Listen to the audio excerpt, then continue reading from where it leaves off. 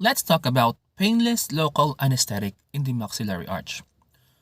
So how can you give an injection that is so fantastic that the patient does not feel a thing? So today we're going to be focusing on the maxillary injection of local anesthetic. Step 1.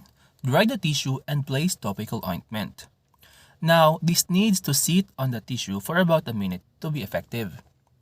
Then, we are going to spray the tissue with topical anesthetic spray. Now, blow the tissue with an air syringe. Now, these are the three types of anesthesia that we'll be using. 4% Citanest plain, which is no vasoconstrictor, lidocaine 2%, and marcaine 0.5%, which is used for very long surgery. Use a 30 gauge short needle while turning the bevel of the needle toward the bone. Then right at the coronal part of the unattached gingiva, don't give the injection to an attached gingiva, okay? Give it to an unattached gingiva, going barely under the tissue. Just tap the end of the plunger and express some of the Citanest plain. Then go a little bit further, tap the end of the syringe, tap it again but keep it against the alveolar process, okay? Don't let it go out of here into the tissue or it won't get to the teeth.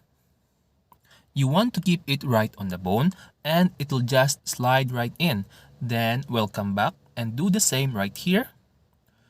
Just barely go under the tissue and tap the end of the syringe where you express just a little bit of the Citanest plain. The patient won't even feel it, and then you can go a little bit further. Now, this is the actual demonstration to the patient.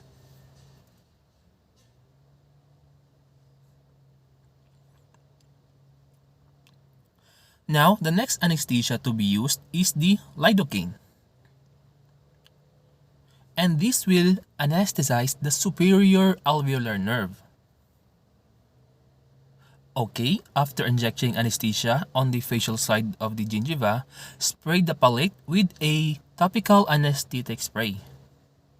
Then we're going to blow that in again into the sulcus.